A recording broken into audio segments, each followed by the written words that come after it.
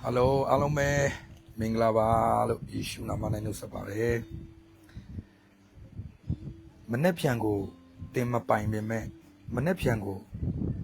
Pine Piana King, Tene to Shinere, your Satan Majabo, Owago, show my baby, no? Genotini, Nangeli, so the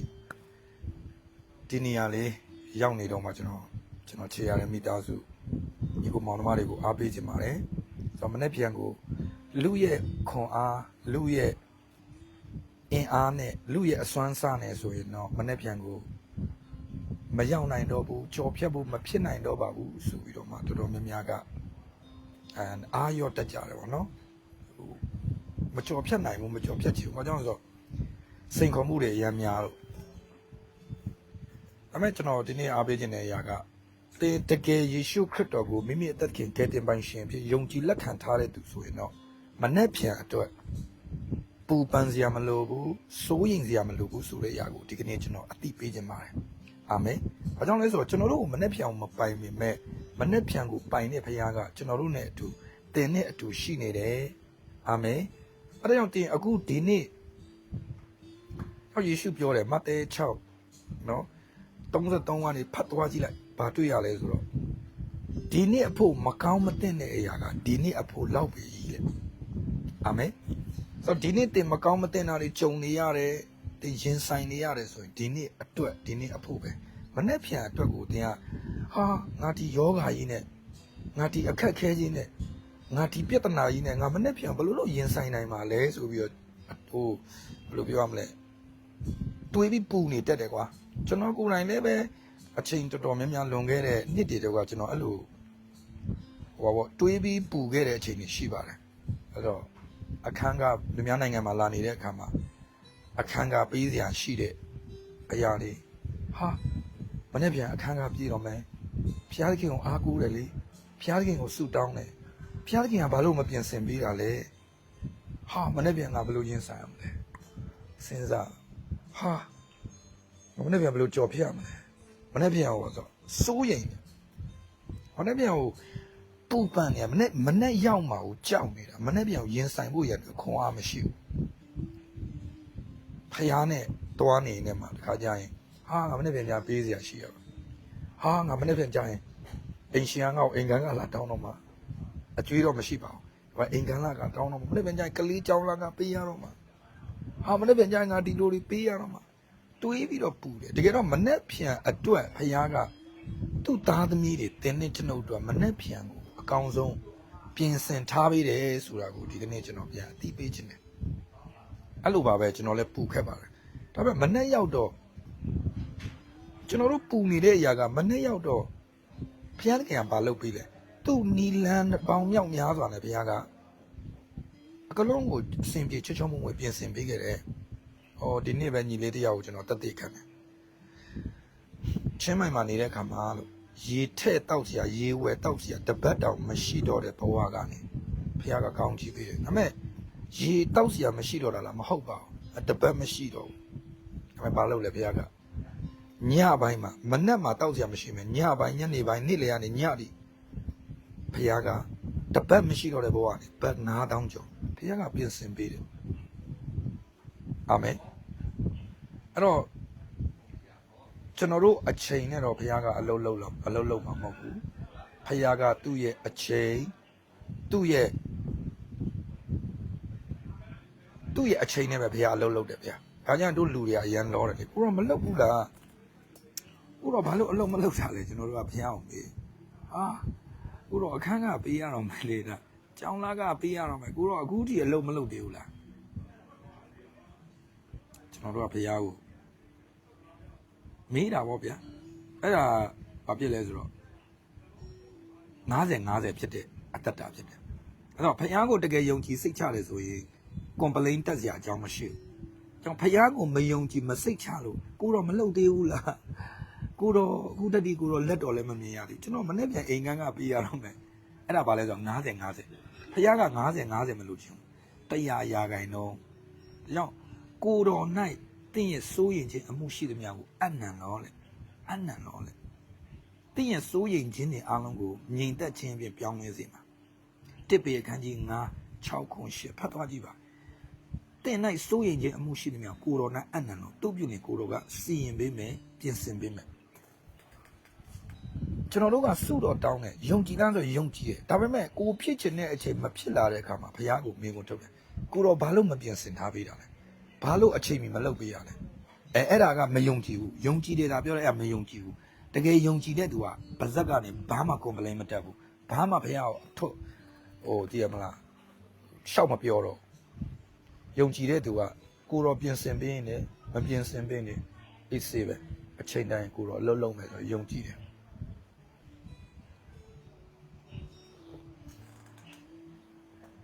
အဲ့ဒီအတ္တတမျိုးဘုရားခင်ကလိုချင်တာဖြစ်တယ်အာမင်အဲ့တော့မိတ်ဆွေချစ်တော်ညီကိုမောင်တို့များဖခင်ရဲ့အချိန်ကိုစောင့်ပါမနေ့ပြန်ကိုတင်မပိုင်နောက်ဆုံးမနေ့ပြန်ကြာရင်တင်ကဘာတွေဖြစ်မလဲဘာတွေတင်စိုးရိမ်နေလို့လဲတင်ဘာမှထူလာမှာမဟုတ်ဘူးဒါပေမဲ့စိတ်ချရမှာကဖခင်ကအဲ့မနေ့ပြန်မှာတင်အတွက်တင်မျောလင်းတဲ့အရာတွေပိုကောင်းတဲ့အရာတွေဖခင်ပြင်ဆင်ပေးထားပြီးသားအကောင်းဆုံးတွေဖခင်ပြင်ဆင်ထားပြီးသားဒီနေ့ညဒီနေ့ကြုံနေရတဲ့ခက်ခဲပြဿနာဒီနေ့ကြုံနေရတဲ့ရင်ဆိုင်မှုတွေဒီနေ့အတွက်လောက်ပြီဒီနေ့တင်အနာရောဂါဖြစ်မယ်မနေ့ပြန်မှာတင်ကတကူလုံးကျမ်းမာခြင်းနဲ့မနေ့ပြန်ဝင်စားရမယ်ဘုရားကပြင်ဆင်တာပဲဒီနေ့မှာတင်ကအခန်းကပေးတာမနေ့ပြန်ကြရင်ပူနေတယ်တင်အောင်စိတ်ချပါဘုရားရဲ့လက်တော်ကဘယ်တော့မှနောက်မကြောက်ဘုရားပြောတယ်လေငါကမကယ်တင်နိုင်အောင်ငါလက်တော်တူတဲ့ဘုရားမဟုတ်ဘူးလေမကြားနိုင်အောင်ငါနားထိုင်းတဲ့ဘုရားမဟုတ်ဘူးလေဘုရားသခင်ပြောတာဒါရေရမိတယ်မှာငါမကြားနိုင်အောင်ငါနားထိုင်တဲ့ဘုရားမဟုတ်လက်တူမကယ်နိုင်အောင်ငါလက်တူတဲ့ဘုရားမဟုတ်ငါအားလုံးကိုလုပ်ပေးနိုင်တယ်ငါအားလုံးကိုပြင်ဆင်ထားပေးနိုင်တယ်ဒါမင်းတို့ဘက်ကလုပ်ရမယ့်အပိုင်းဂျေဇုတော်ဆိုတာကကျွန်တော်ပြပြမယ်နော်ဘုရားရဲ့ grace ဘုရားရဲ့ဂျေဇုတော်လို့ပြောလိုက်ရင်ဘာမှလုပ်စရာမလိုတော့ဒါပေမဲ့ကျွန်တော်တို့ဘက်ကလုပ်ရမယ့်အရာတစ်ခုပဲရှိတယ်ယုံကြည်ခြင်းဂျေဇုတော်လို့ပြောလိုက်ပြီးတော့မှစူးစမ်းပြီးတော့မှပြင်မမလှုပ်ရှားမလို့ပဲမဲ့ဒီနှလုံးသားကတော့ဘာလို့ပို့လို့လဲဆိုတော့ you are believe what a God သင်ယေရှုခရစ်တော်ဘုရားသခင်ရဲ့နှုတ်ကပတ်တော်ကိုတော့သင်ယုံကြည်ဖို့လိုတယ်ယုံကြည်ခြင်းရှိရင်ဘုရားသခင်ရဲ့စိတ်တော်နဲ့တွေ့နိုင်တယ်လေယုံကြည်ခြင်းမရှိရင်တော့ဘုရားရဲ့စိတ်တော်နဲ့မတွေ့နိုင်ဘူးအဲ့တော့ဘုရားရဲ့ဂျေဇုတော်ကိုတရားနားလေတယ်တကယ်ယေရှုခရစ်တော်ကငါအတွက်အသေးခံတယ်ငါခံရမယ့်ဆင်းရဲခြင်းယောဂါတွေကြိမ်ချင်းနေအလုံးကားတိုင်းမှာကုန်ယူသွားပေးပြီအဲ့ဒါကိုသင်ယုံကြည်တယ်ဆိုရင်သင်ကဂျေဇုတော်ပေါ်မှာသင်ကရက်တည်အသက်ရှင်နေတယ်အဲ့ဒါဆိုရင်ဂျေဇုတော်လို့ပြောနိုင်တဲ့ကြိုးစားပြီးလှုပ်ဆောင်ကြတခုမှမလို့ဒါပေမဲ့သင်ဘက်ကလှုပ်ရမယ့်အရာကယုံကြည်ခြင်းယုံကြည်ဖို့တော့လိုတယ်မနေ့ပြန်မှသင်မနေ့ပြန်အကောင်းဆုံးသောဘဝအနာဂတ်ကိုသင်ပိုင်ဆိုင်ခြင်းနဲ့ဆိုရင်ဒီနှစ်မှာသင်အဆိုးဆုံးကြုံနေတဲ့အချိန်မှာမနေ့ပြန်ကိုအကောင်းဆုံးကိုသင်ပုံဖော်ပြီးတော့မှမနေ့ပြန်ကိုဝင်စားတတ်ဖို့လိုတယ်သင်ဥပမာသင်ယောဂဖြစ်နေတယ်သင်စိတ်တက်ကြတယ်သင်လွတ်မြောက်ခြင်းတယ်ကျွန်တော်စီကိုအနာယောဂတွေတော်တော်များများလာစီဆူတောင်းခံတဲ့သူတွေရှိတယ်ဒီယောဂနဲ့ဆရာရန်လွတ်မြောက်ခြင်းတယ်ကျမ်းမာခြင်းတယ်ကျမ်းမာယေရှုကိုပဲကိုးကွယ်မယ်ကျမ်းမာโอเคဟောနေဆူတောင်းပေးမယ်ဒါပေမဲ့တစ်ခုပဲရှိတယ်အဲ့အနာယောဂကိုယေရှုတကယ်ပျောက်ကင်းပေးနိုင်ဆိုယုံလားဘာလို့ပျောက်တော့ပျောက်ခြင်းတယ်ဒါပေမဲ့ယုံကြည်ခြင်းမရှိရင်ဘုရားအလုပ်လုပ်လို့မရအဲ့တော့တင်အခုရင်ဆိုင်နေရတဲ့ခက်ခဲတွေအားလုံးကိုတင်ပြေးလဲခြင်းတယ်မလားဘုရားလည်းဖြည့်ရှင်းပေးနိုင်တယ်ဒါပေမဲ့တင်ဘက်ကလုပ်ရမယ့်အရာယုံကြည်ဖို့ပဲအဲ့တော့ဘလောက်ဆူတောင်းပေးအဲ့ဒီသူကယုံကြည်ခြင်းနဲ့မရောတော့ဘာအကျိုးမှမပေးဘူးလေဆူတောင်းပေးတယ်အဲ့ဒီလူကိုချမ်းပါဘာကြောင့်လဲသူလည်းယုံကြည်လို့ဖြစ်တယ်အာမင်အဲ့တော့ချစ်တော်ညီကိုမောင်တော်များမနေ့ပြန်အတွက်ဘုရားခင်တင်းနဲ့တင်းမိသားစုအတွက်အကောင်းဆုံးတော့မှ share အကောင်းဆုံးတွေပြင်ဆင်ထားပေးတယ်ကျွန်တော် prophet ပြုတဲ့ယေရှုနာမ၌မနေ့ပြန်မှာတင်းတည်င်းကောင်းတွေကြားရတော့မယ်ယေရှုနာမ၌အာမင်တင်းမိသားစုဆုံးရှုံးခဲ့တဲ့အရာတွေအားလုံးဘုရားအစထောင်တောင်သိန်းတမ်းမကမရေမတွက်နိုင်တဲ့ကောင်းကြီးမင်္ဂလာတွေဘုရားကပြင်ဆင်ထားပေးတယ်ပြင်ဆင်ထားပေးပြီးသား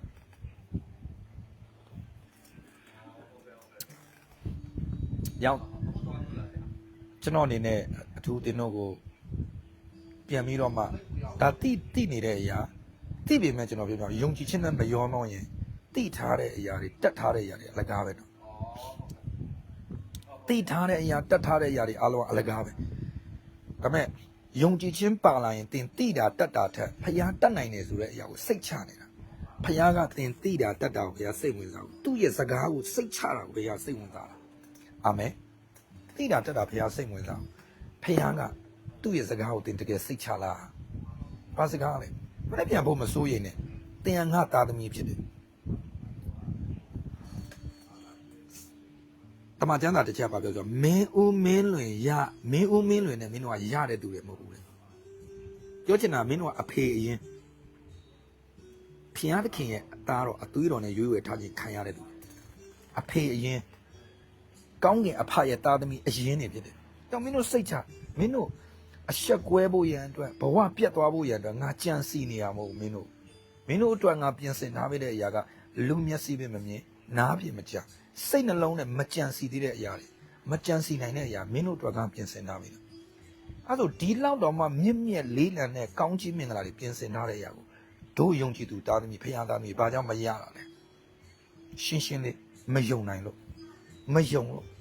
ဘာကြောင့်မယုံနိုင်တာလဲဆိုတော့မြင်ရတဲ့အရာတွေပေါ်မှာပဲဘဝအတ္တတာကိုတွားပြီးတော့မှနှလုံးသားကိုပေးထားတာဆိုတော့ဒီနေ့ကျွန်တော်အားပေးခြင်းတင်ပေးရမယ့်နှလုံးသားတွေတုတ်တန်ခန်းကြီး23ပိုက်က25မှာ25-26ငါသားတင့်နှလုံးငါအားပေးလို့လေတင့်မျက်စိတို့ဒီငါသွားသောလမ်းကိုကြည့်မှတ်ပါစေတင့်မျက်စိတို့ဒီငါသွားသောလမ်းကိုကြည့်မှတ်ပါစေငါသားတင့်နှလုံးငါအားပေးလို့အဲ့ကျဖခင်အတင်းစီကလိုချင်တာနှလုံးသားတော့ပါလေယုံကြည်ခြင်း faith အဲ့ဒီယုံကြည်ခြင်းရမှာတင့်မျက်စိကငါသွားတဲ့လမ်းဖခင်ရဲ့နှုတ်ကပတ်တော်ဖခင်ခိုင်းတဲ့အရာဖခင်စကားကိုသင်ကကြည့်ပြီးတော့မှအသက်ရှင်တတ်မယ်တဲ့အာမင်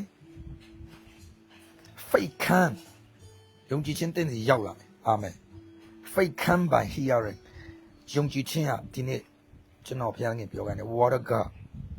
ဖခင်ရဲ့စကားတင်စီမှာရောက်ရင်ယုံကြည်ခြင်းတင်ဖြစ်လာမယ်တင်မနဲ့ပြန်အောင်တင်ရင်ဆိုင်ရဲဖို့အစဉ်တည်းရှိနေတယ်မနဲ့ပြန်အောင်ကောင်းဆုံးရင်ဆိုင်ပါအာမင်တင်တယောက်တည်းမဟုတ်ဖခင်ရဲ့တင်နေတူရှိဟာလေလုယာ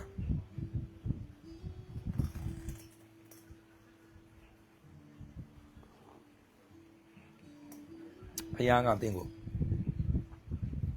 ပြဿနာတွေခက်ခဲဒီမှာပဲနေ့တိုင်းငိုကြွေးလိုက်ဝမ်းနေပြီးတော့မှပူဆွေးလိုက်ဟုတ်လားအရှုံးပေးခြင်းလိုက်အဲ့ဒီဘဝအတ္တတာတွေမှာပဲဖခင်အမြဲတမ်းထားခြင်းတာမဟုတ်ပါဘူးထားတဲ့ဖခင်လည်းမဟုတ်ဘူးဖခင်ကဝမ်းမြောက်ခြင်းကိုပျော်ရွှင်ခြင်းကိုကြွယ်ဝခြင်းကိုအောင်မြင်ခြင်းကိုကျမ်းမာခြင်းကိုလည်းပေးတော်ဖခင်ဖြစ်ပါတယ်အချိန်တိုင်းငိုနေဖို့ရတဲ့ဘယ်မိဘမှာကိုယ်သားသမီးအချိန်တိုင်းငိုနေဝမ်းနေနေတာဘယ်မိဘမှာမကြည့်ဘူးကျွန်တော်မှာသားလေး2ယောက်ရှိ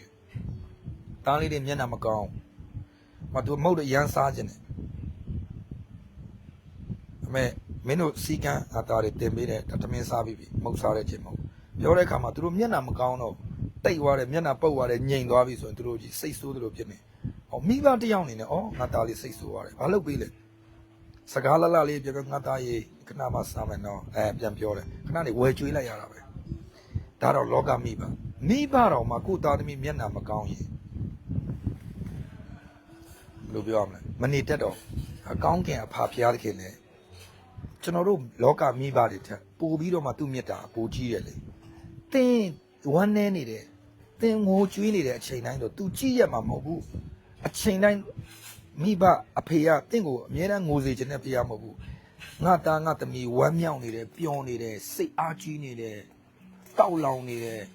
လောကကြီးထဲမှာအသက်ရှင်ရတဲ့အခါမှာရင်ဆိုင်နိုင်မှုခွန်အားအပြည့်စုံနဲ့အားရင်အပြည့်နဲ့ငါဖျားငါနဲ့အတူရှိတယ်ဆိုတဲ့ယုံကြည်ခြင်းနဲ့